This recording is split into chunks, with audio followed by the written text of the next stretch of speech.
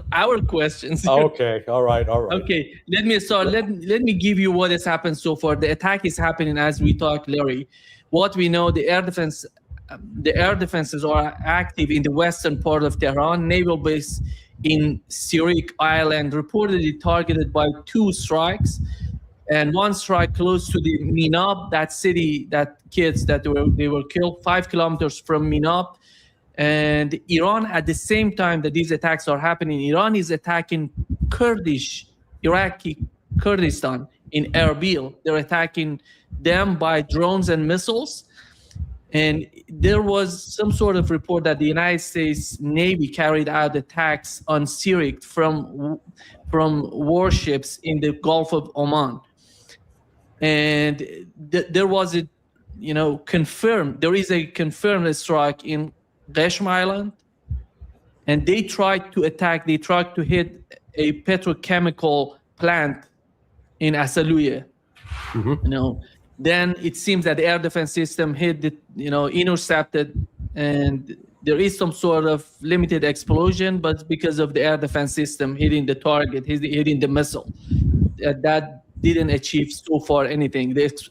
There are explosions in Bandar Kangan. Bandar Kangan is close to Asaluye. These are close to Bushehr, that nuclear power plant.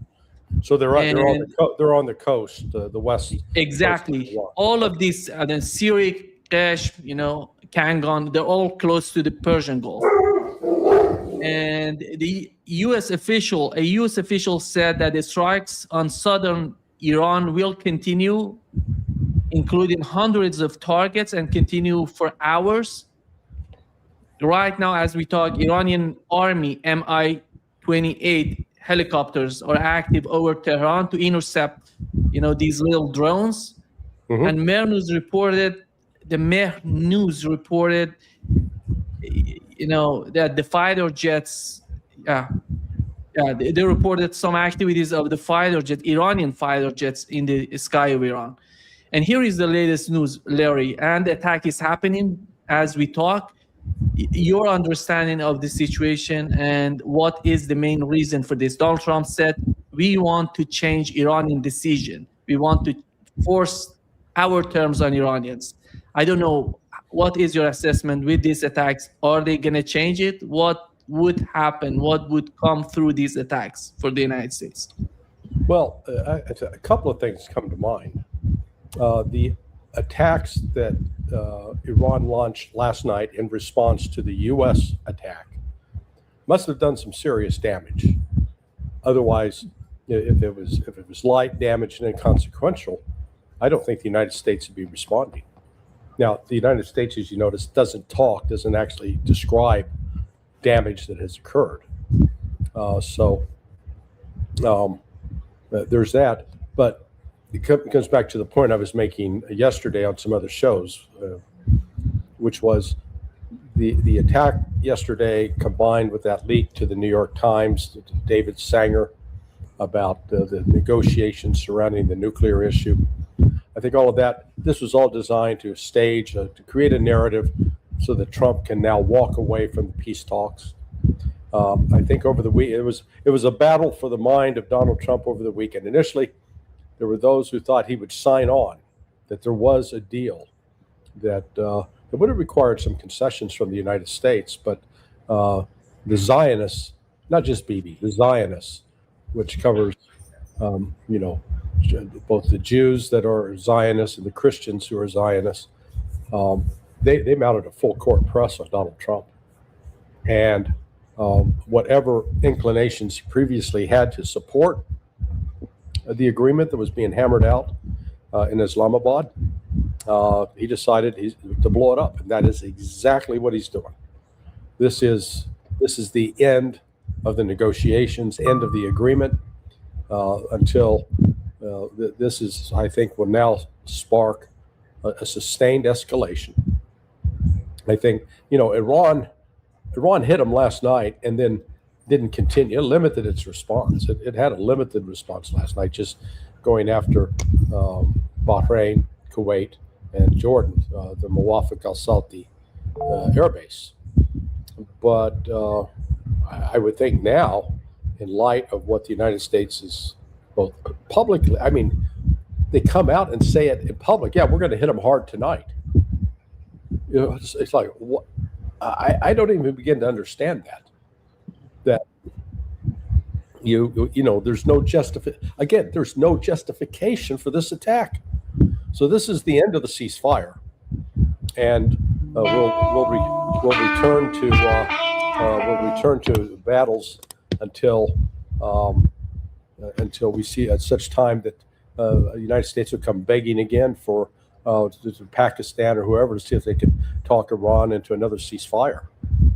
And hopefully, from my standpoint, Iran tells them to go fuck off. Yeah. Here is the latest news, Larry. The Iranian ship missiles launched toward U.S. warship in the Sea of Oman. And that report that here Mehr News in Iran just confirmed that they have intercepted a cruise missile that was supposed to hit the petrochemical plant in Asaluya. Mm-hmm. And that's important right there. That they are intercepting a cruise missile. We weren't seeing them do a lot of interceptions of cruise missiles previously. Yeah, it seems that improvement that they were talking about in terms of the air defense system is just working. Because with all the attacks, Israeli attack on Iran and last night American attack, they didn't get close to the Iranian borders. It's far away from the borders. They're trying to hit the targets inside Iran. That's why you see mostly the attacks are happening close to the Persian Gulf, close to the borders. Yeah, no, I think part of it's also premised on the belief, U.S. if they destroy enough, sensors, weapon systems, and communication systems that are right there on that align the strait, that will then prevent Iran from being able to stop U.S. sending ships through the strait. And I think it's the U.S. grossly underestimates and misunderstands Iran's capabilities, which extend they're not right there on the coast, but extend inland and are underwater. We haven't seen any of the engagement yet from underwater drones. Of course, if Iran now, they do have those reportedly Chinese anti-ship missiles that might have more than a range of 200 miles. So they could conceivably start engaging U.S. ships offshore.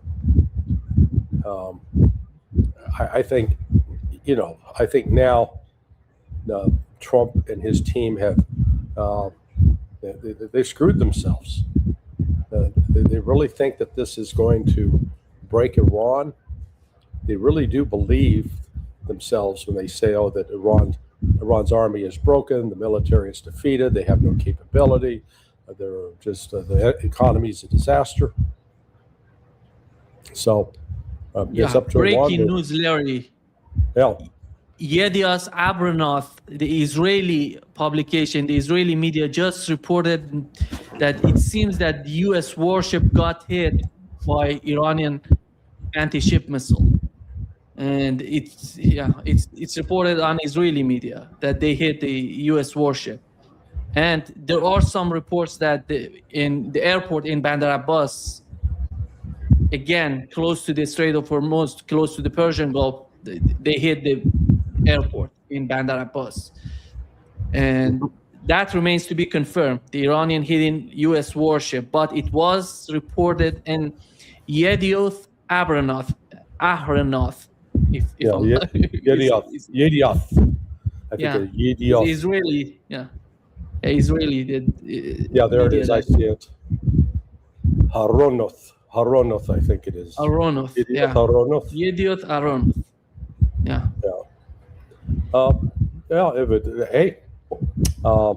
That'll be if that happens, and again, if it sets the ship on fire, if they sink a ship, good Lord, this is going to really bring the pressure on Trump, because again, he initiated this. They tried to create. I think they absolutely lied about Iran didn't fire on that Apache helicopter. That was used as an excuse, a pretext, because if I've said all along, if the United States was really serious about negotiating with Iran and about ending this through negotiations, they would have overlooked even if Iran had done it. I think it's one possible scenario is that that helicopter hit a drone, it exploded, shrapnel from that drone got sucked into the engines of the Apache, and that's what caused the helicopter to go down. Trump's explanation that the head of the drone, because there's one of these big ass drones, was embedded in the cockpit. That's this is a complete lie, complete fabrication. But the other big news, what we're seeing today, is we've now got confirmed interceptions of cruise missiles by Iran, something they were not doing 12 weeks ago.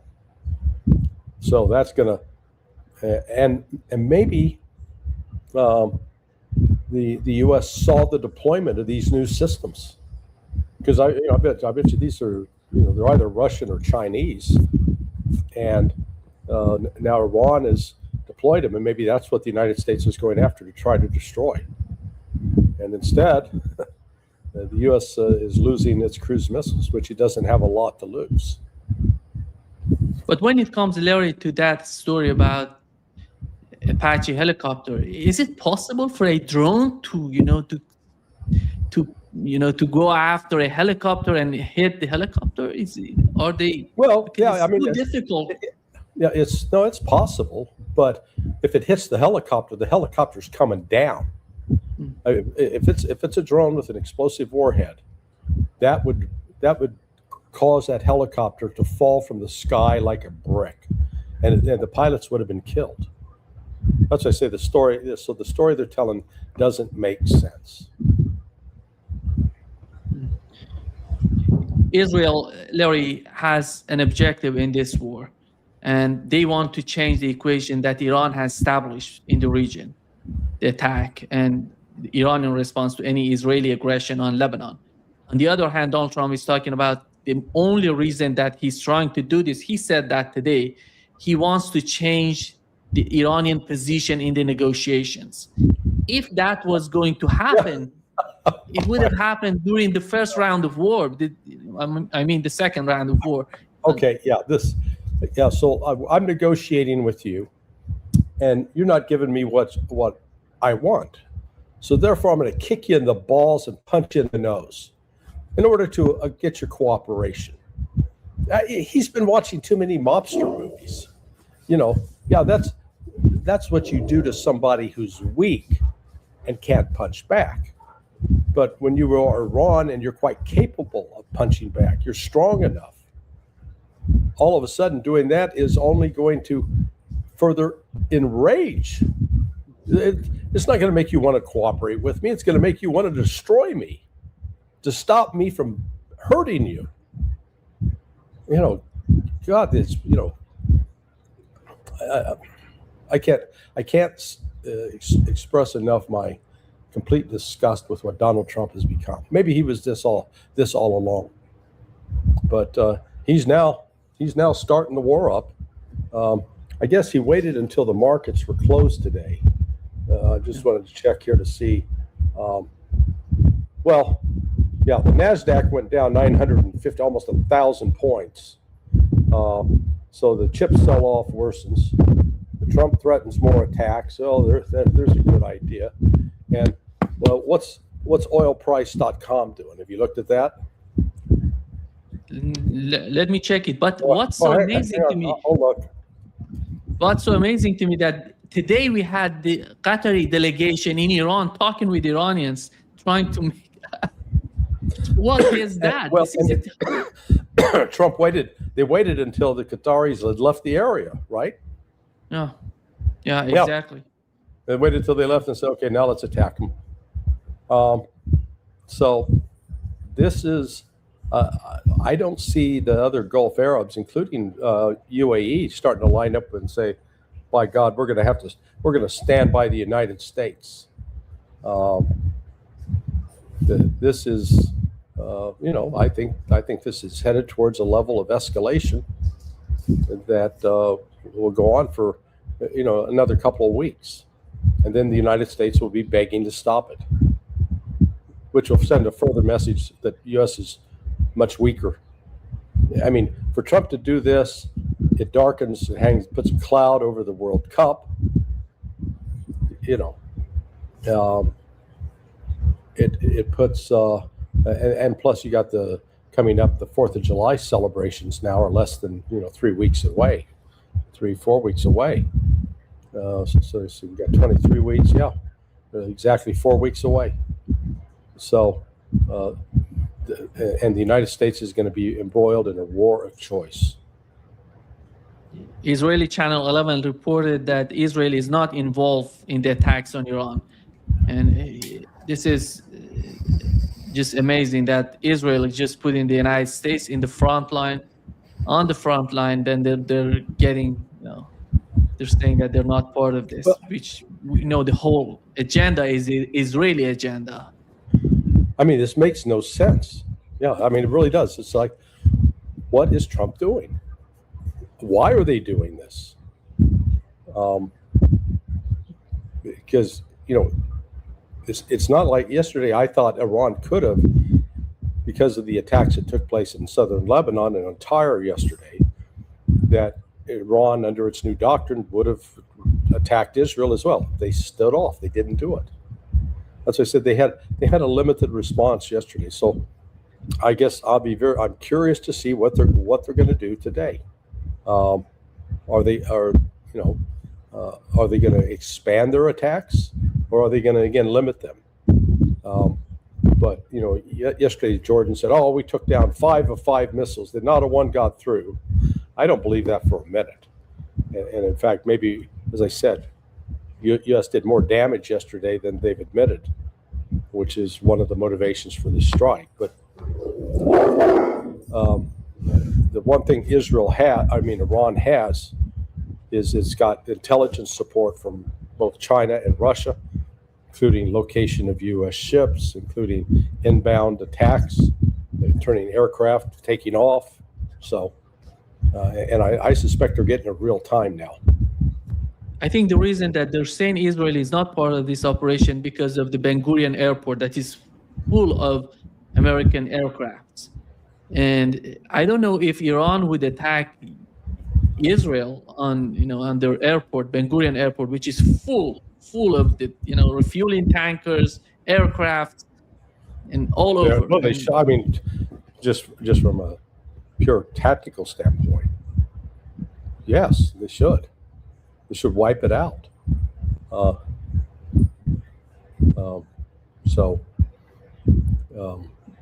Sorry, I just got a notice.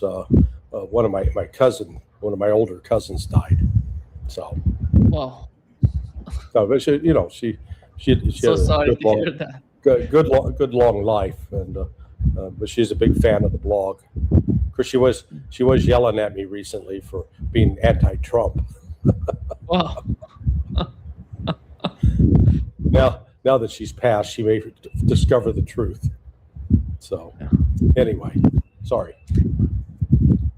Larry, Iran is right now, the second round of attacks is happening in Iraqi Kurdistan, is attacking them. I don't know what is happening in Erbil.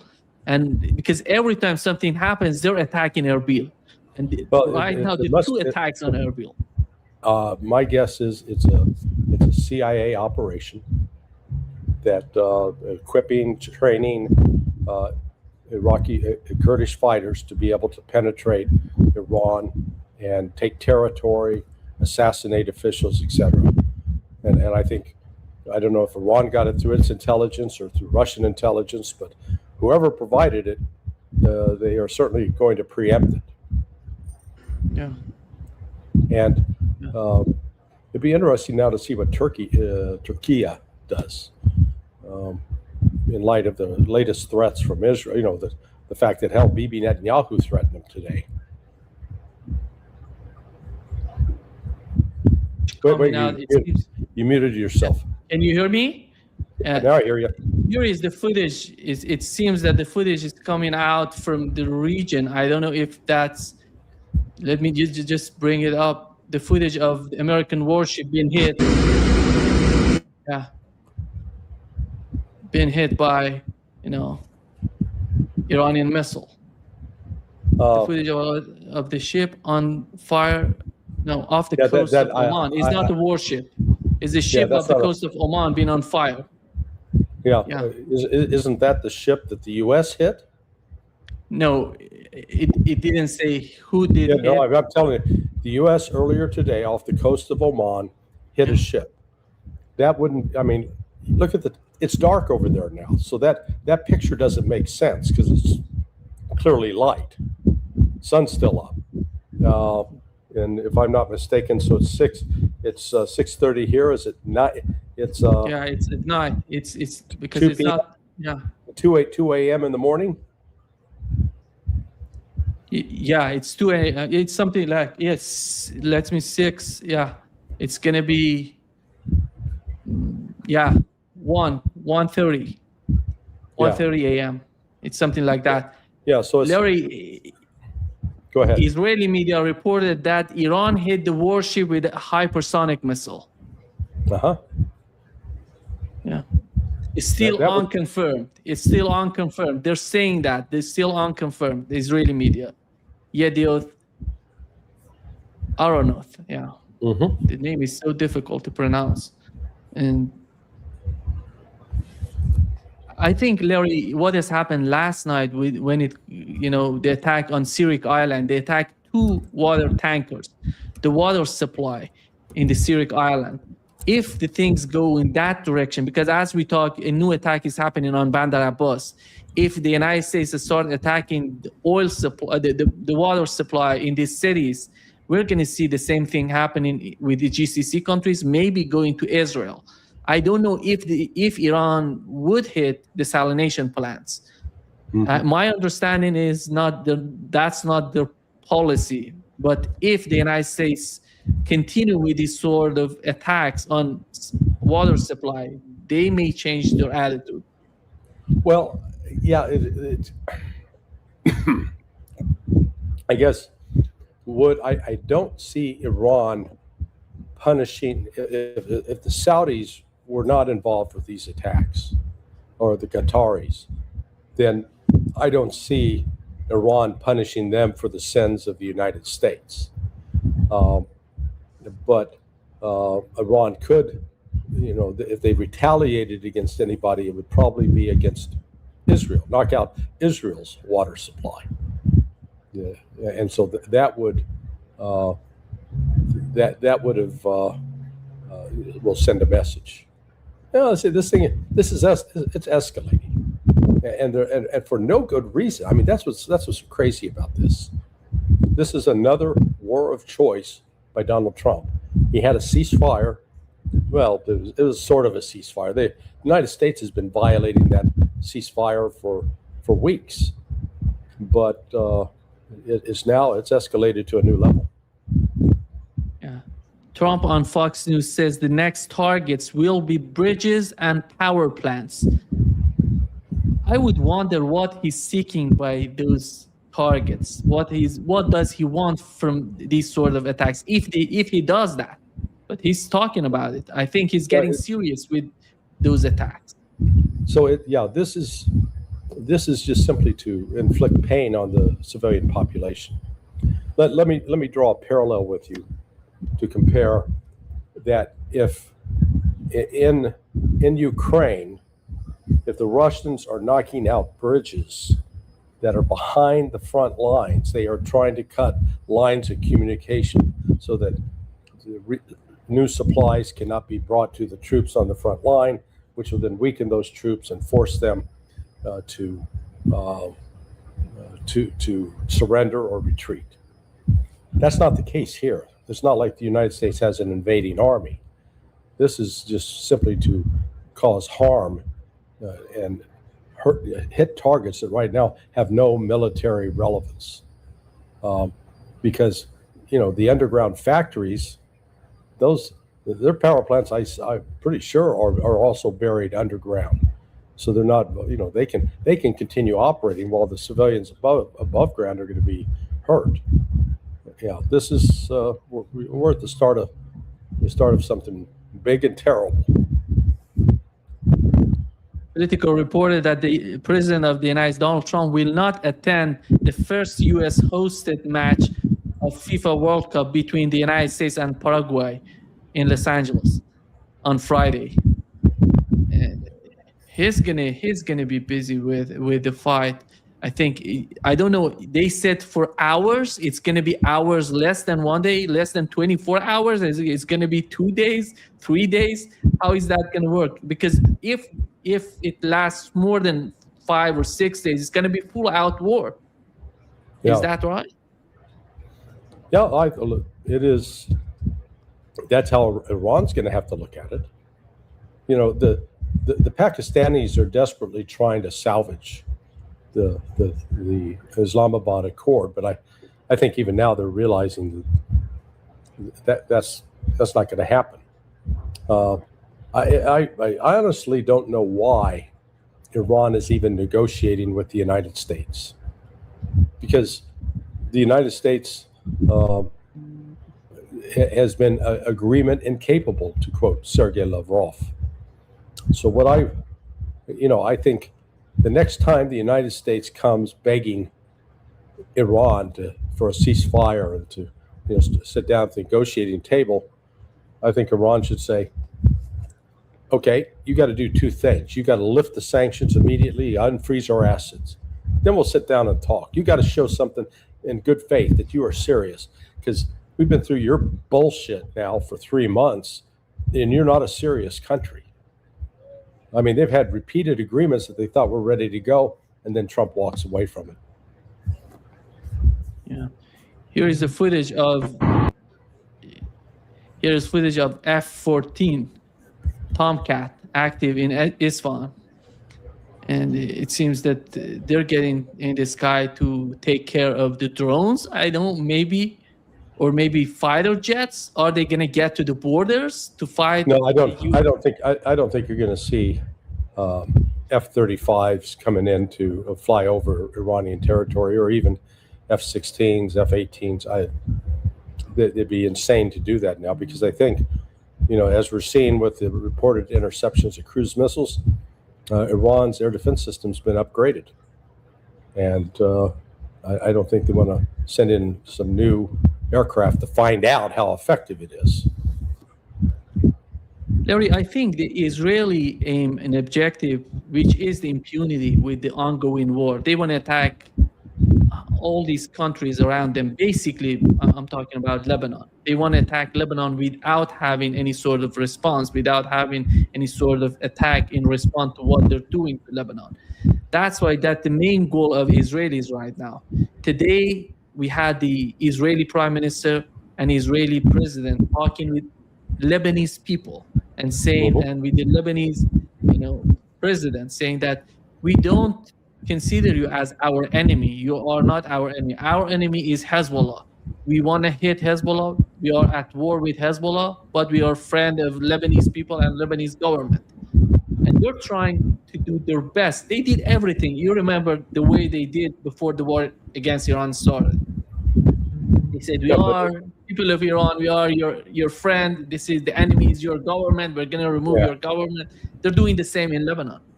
Yeah, well, the Lebanese people, all they have to do is look out their window and see how friendly Israel is. They've been killing Christians, and not only Muslims but Christians. Israel's destroyed its credibility. Can this war achieve the objective of Israel, which is impunity, with ongoing war, with ongoing attacks on Lebanon and other countries?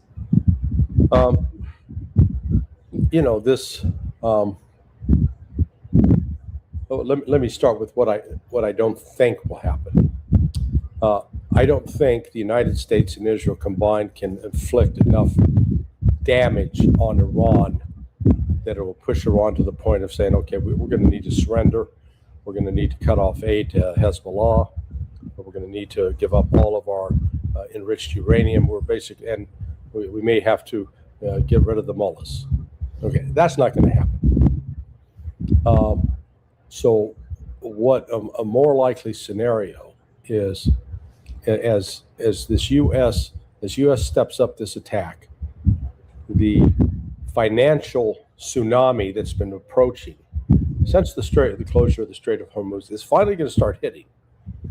And like today's dramatic fall in the stock market, close to, down almost 1,000 points.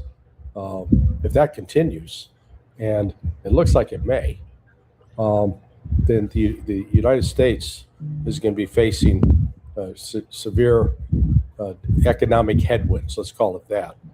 Then the oil crisis is going to spike because everybody who's been draining their reserves are going to run out of reserves, and all of a sudden there's going to be an intense competition for a smaller batch of oil out on the market.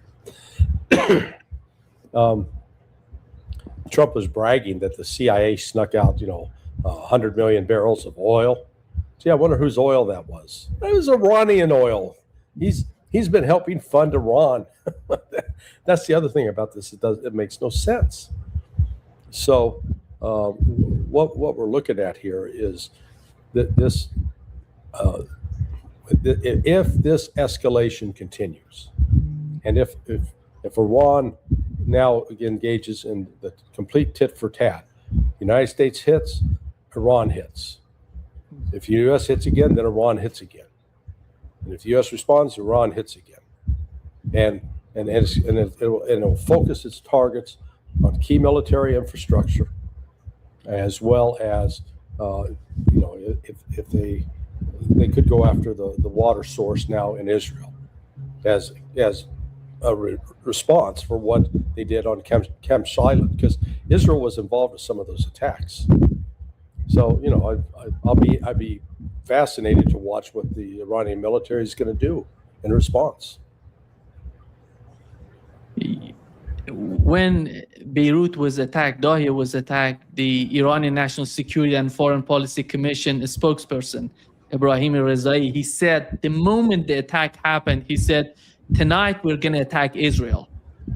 And I remember when I did my video, I went live and I said, maybe Iran is not going to respond. Maybe Yemen going to respond to that attack, because nothing happened. It was an empty building. Yeah. And today he tweeted again, he said, during the 40-day war, the extent of Iran's territorial waters increased. And in the next war, perhaps the extent of Iran's land will increase.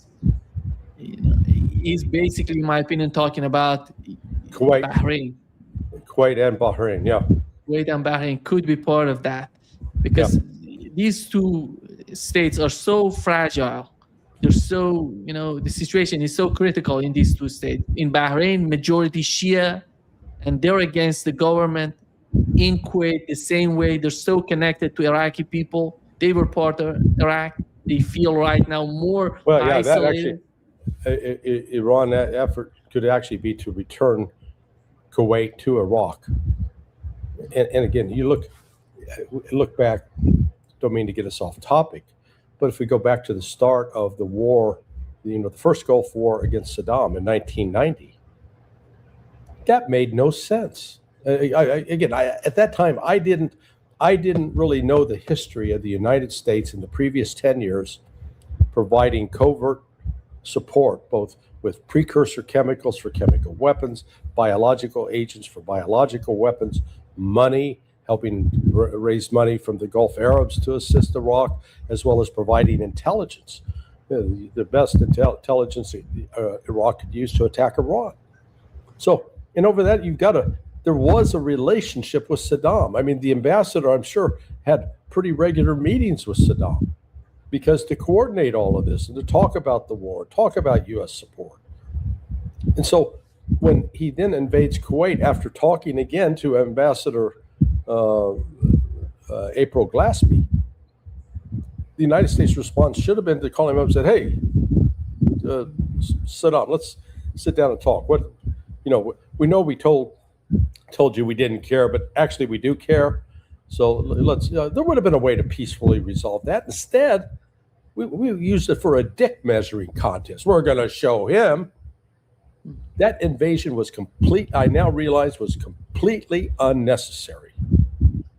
Completely. And then the ensuing 10, 12 years were just maybe a pretext to do what we did finally in 2003, invading Iraq and destroying the regime of Saddam Hussein. And then, again, putting it now under greater control or greater influence of Iran with all the Shia involvement. So, like I said, the United States, if people think they're working according to some grand plan, if it's a grand plan of a madman. What do you got? Something new? Yeah, here is. It seems that IRGC says that it detected an F-16 breaching Iranian airspace, launching surface-to-air missile at it. They tried to force it to retreat. The F-16 retreated from the Iranian airspace. They tried to breach and coming in the Iranian airspace. It was forced out of Iran.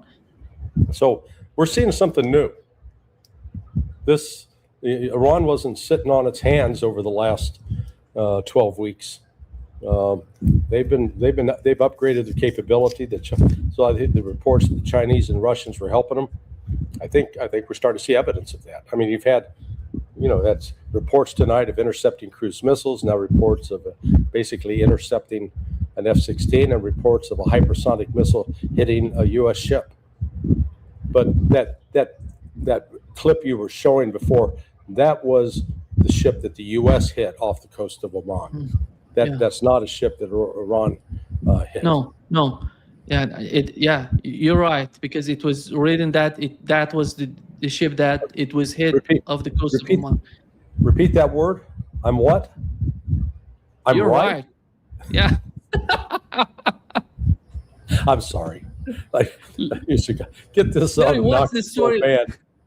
Larry, what's the story behind this sort of allegation on the part of Trump that millions of barrels of oil were stolen from Iran, and which he later on, the U.S. Energy Secretary Chris Wright told a congressional hearing earlier today that he's not aware of that he's not aware that the United States has taken millions of barrels of oil out of Iran, as President Trump reported it had.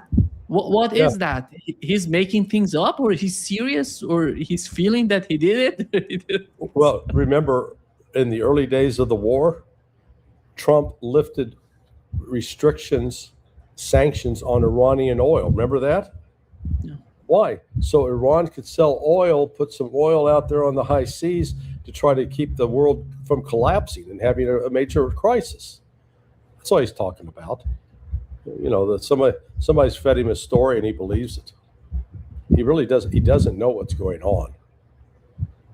No. The new report shows that in the last 20 minutes, there were no attacks or strikes on Iran.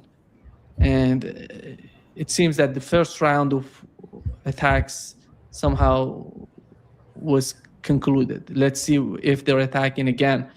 But Larry, the region, something strange has happened within, during the fight between Iran and Israel before the United States attacking Iran, which was an attack on Saudi Arabia.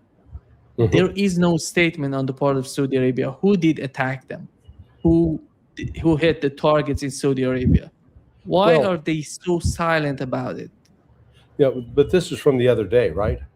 Yeah, the other day, exactly, before attacks between Iran and Israel. So, it turns out what I heard, and I thought it came out of Saudi sources, was they finally said that Prince Saud air base had not been hit, that the Houthi missile that landed in Saudi Arabia was headed towards Israel and ran out of gas or malfunctioned or whatever. So it wasn't really an attack. So there, to my knowledge, there hasn't been an attack. And it's interesting that so far, last night it was reported that Saudi aircraft were involved with refueling planes that were attacking Iran, yet Iran didn't respond and attack Saudis. And that may have a lot to do with Pakistan's coordination, both with the Saudis as their defender and with Iran recognizing the United States is trying to provoke Iran into attacking the Saudis. Yeah. Larry, have you heard about that airplane going from UAE to Iran? Yeah. So, and there was some. I think it was just a delegation talking. Some have suggested that $3 billion were being sent. It was not a big plane. I don't think it was a plane capable of carrying the weight of 300 people. So if it was $3 billion in gold, I checked that out today. That would have been equivalent to like 50 tons, something like that. Or if it was $100 bills, $3 billion worth of $100 bills, that would have filled up a tractor trailer container.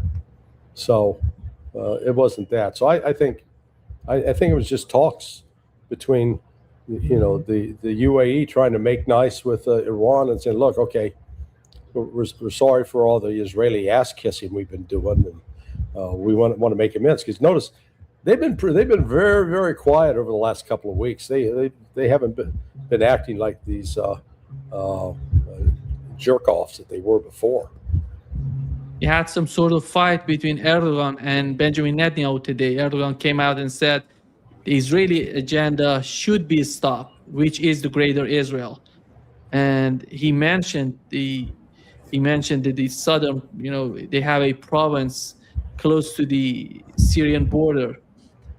He said that Beirut, Damascus, Aleppo are the same as the southern provinces of Turkey. They are as important and as Turkish territory. So we're going to respond to what Israel is doing. But I don't know if we had Benjamin Netanyahu coming out responding to him, saying you are the biggest, you're the most anti-Semitic person on this planet, telling Erdogan.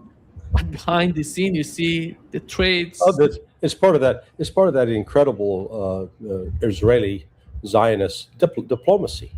I mean, they're all about making friends and influencing people. God, just the arrogance and obnoxious attitude of Bibi Netanyahu.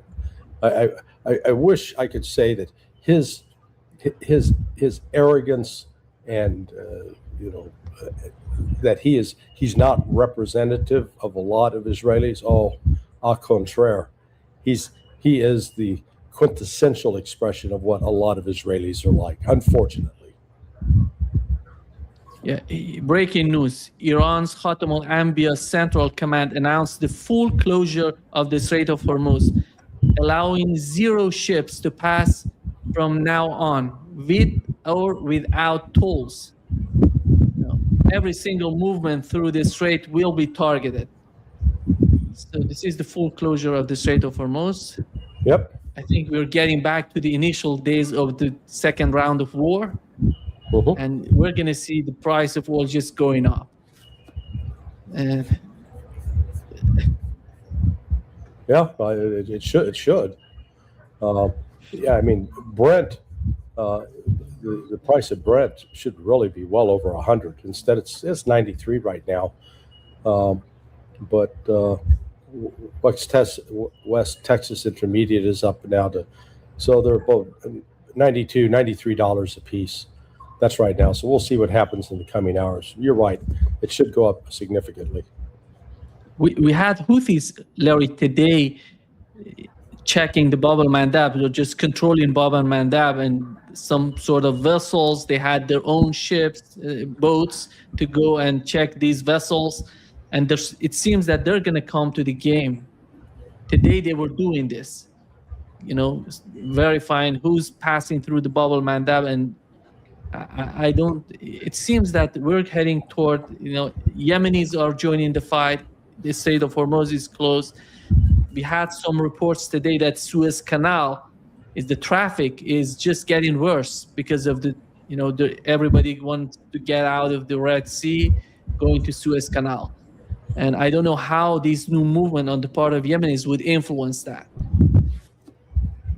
Well, and again, we'll see what will Yemen allow Saudi oil out through the Strait of Hormuz, or I mean through the Bab el-Mandab Strait. And we get back to this question of, is there behind the scenes coordination, communication, diplomacy to keep tensions between Iran and Saudi low? There are a lot of, I keep hearing a lot of people talk about the Saudis and Iranians are at each other's throat. And it's like, haven't you guys been paying attention it was 2 years ago that Iran and Saudi Arabia basically buried the hatchet and started meeting pledging to support each other. So the relations, I don't think, have soured. That was one of the consequences of the work done by the Chinese and the Russians to promote that reconciliation. If Erdogan tries to do something against Israel, he has the public opinion behind him. He has something like 97%. Looking at this, Larry, on the right side, you see Turkey, 97%. They have negative sort of opinion on Israel, and they would be happy if Erdogan does something against Israel. But the government, it seems that as they're trying to talk, so their talking points are so tough, but when it comes to the action, they're doing nothing. I don't know how long is it going to last for them.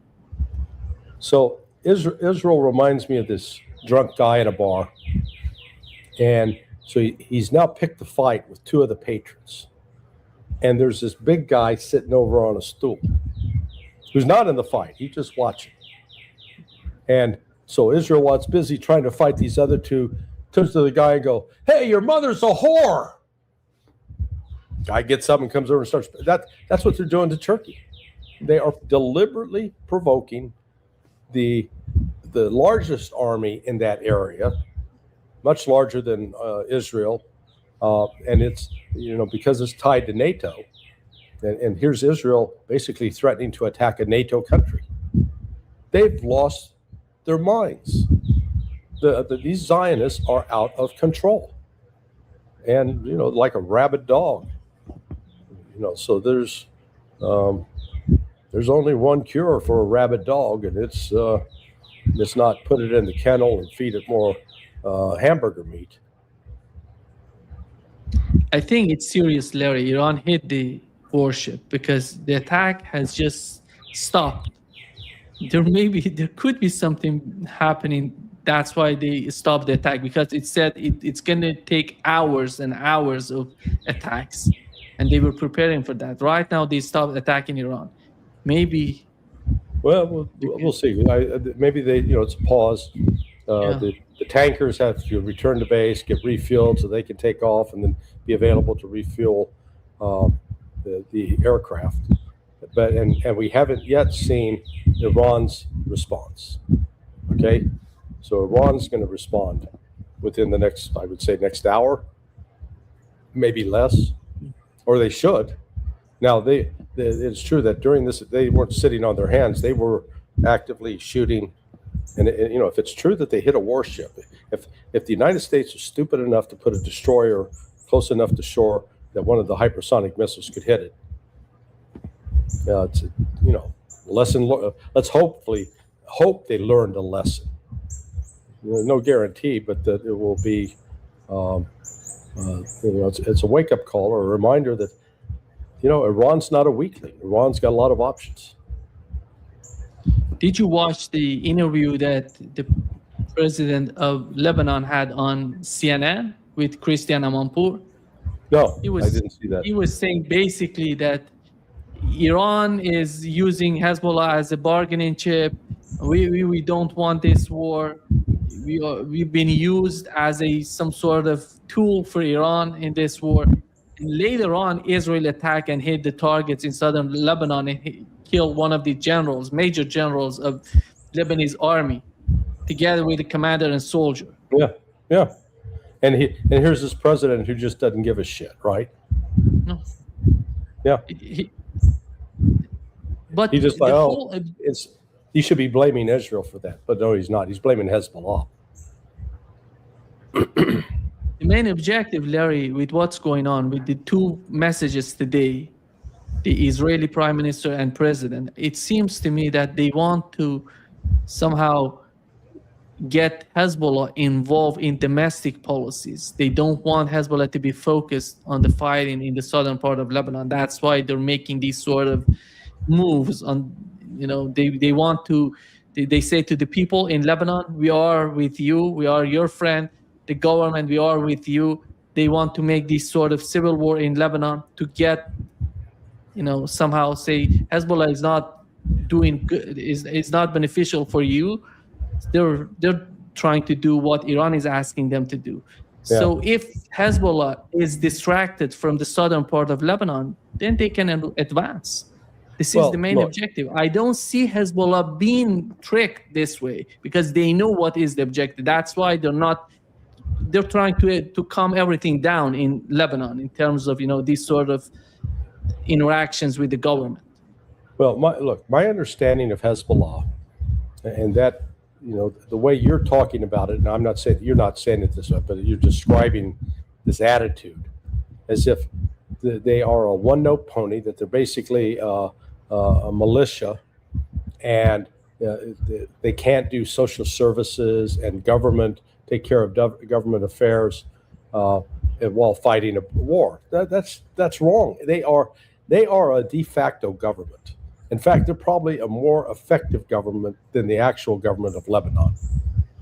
And they do social services, and they do taking care of people's domestic needs, while also at the same time fighting off the Israeli army.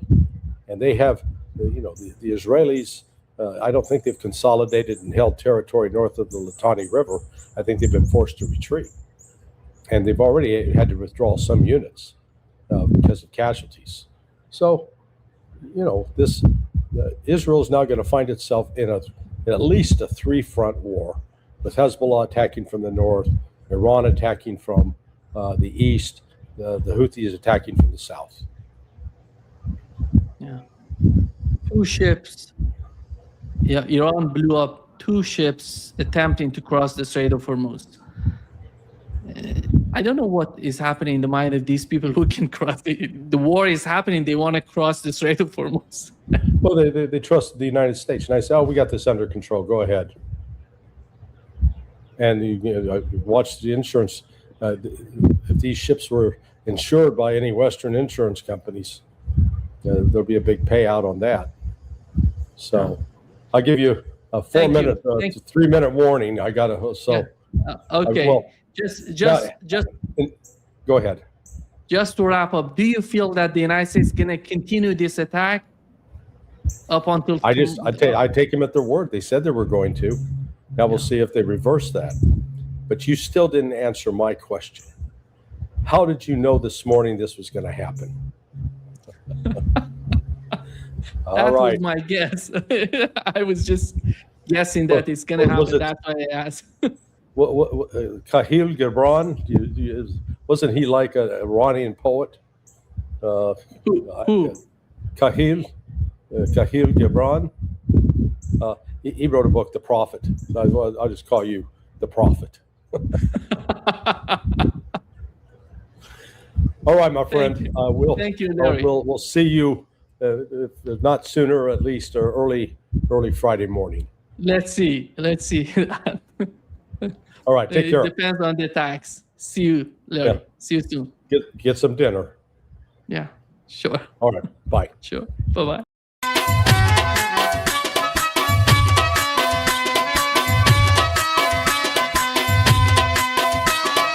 दिल दिया सोनिया जानिया कोई गड्डियां वे रुक गईया दिल दिया सोनिया जानिया कोई गड्डियां वे रुक गईया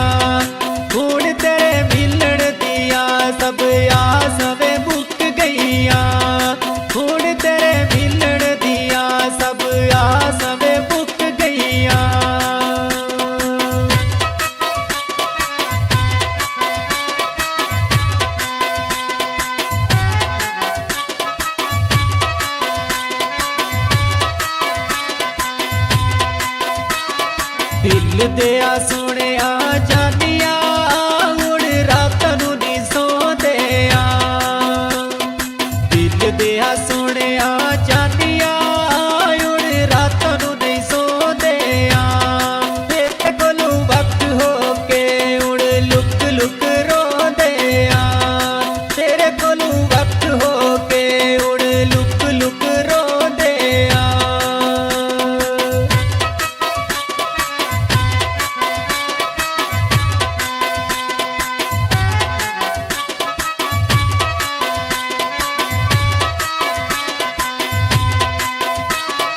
ਦਿਲ ਦਿਆ ਸੋਹਣਿਆ ਜਾਨੀਆਂ ਕੰਨ ਸਾਨੂੰ ਫੋਨ ਕੀਤਾ ਦਿਲ ਦਿਆ ਸੋਹਣਿਆ ਜਾਨੀਆਂ ਕੰਨ ਸਾਨੂੰ ਫੋਨ ਕੀਤਾ ਉਹਦਾ ਕਿਵੇਂ ਦੀ ਸ਼ਕਣਾ ਦੀ ਮੇਰੇ ਜ਼ਿਕਰ ਦਾ ਫੋਨ ਕੀਤਾ ਦਾ ਕਿਵੇਂ ਦੀ ਸ਼ਕਣਾ ਦੀ ਮੇਰੇ ਜ਼ਿਕਰ ਦਾ ਫੋਨ ਕੀਤਾ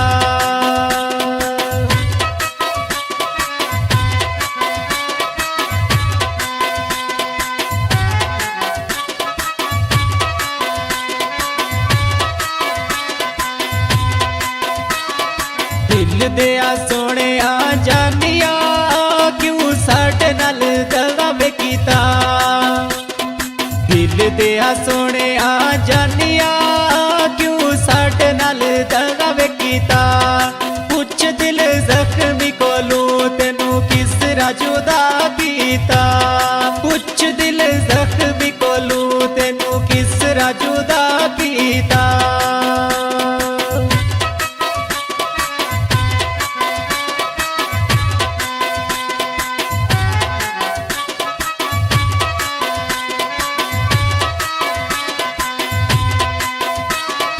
ਦਿਲ ਦਿਆ ਸੋਹਣਿਆ ਜਾਨੀਆਂ ਛੋੜਾ ਨਹੀਂ ਸਹਿ ਸਕਦਾ ਸੀ ਦਿਲ ਦਿਆ ਸੋਹਣਿਆ ਜਾਨੀਆਂ ਛੋੜਾ ਨਹੀਂ ਸਹਿ ਸਕਦਾ ਸੀ ਤੇਰੇ ਕੋਲੋਂ ਦੂਰ ਹੋ ਕੇ ਕਦੇ ਰਹਿ ਨਹੀਂ ਹੋ ਸਕਦਾ ਸੀ ਤੇਰੇ ਕੋਲੋਂ ਦੂਰ ਹੋ ਕੇ ਕਦੇ ਰਹਿ ਨਹੀਂ ਹੋ ਸਕਦਾ ਸੀ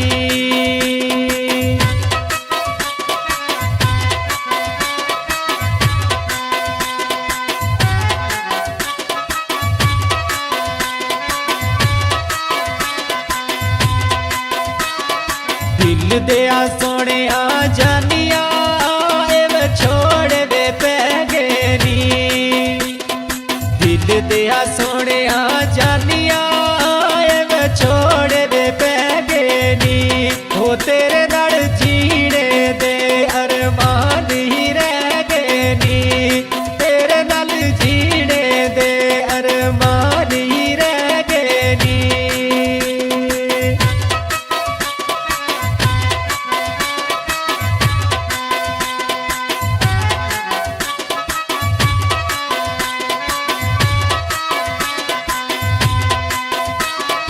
ਦਿਲ ਦਿਆ ਸੋਹਣਿਆ ਜਾਨੀਆਂ ਕਿੱਸਾ ਹੀ ਮੁਕਾ ਸਕਿਆ ਦਿਲ ਦਿਆ ਸੋਹਣਿਆ ਜਾਨੀਆਂ ਕਿੱਸਾ ਹੀ ਮੁਕਾ ਸਕਿਆ ਉਹ ਚੰਗੇ ਭਲੇ ਵਸਦੇ ਸਾਂ ਤਕਦੀਰ ਰੁਲਾ ਸਕਿਆ ਚੰਗੇ ਭਲੇ ਵਸਦੇ ਸਾਂ ਤਕਦੀਰ ਰੁਲਾ ਸਕਿਆ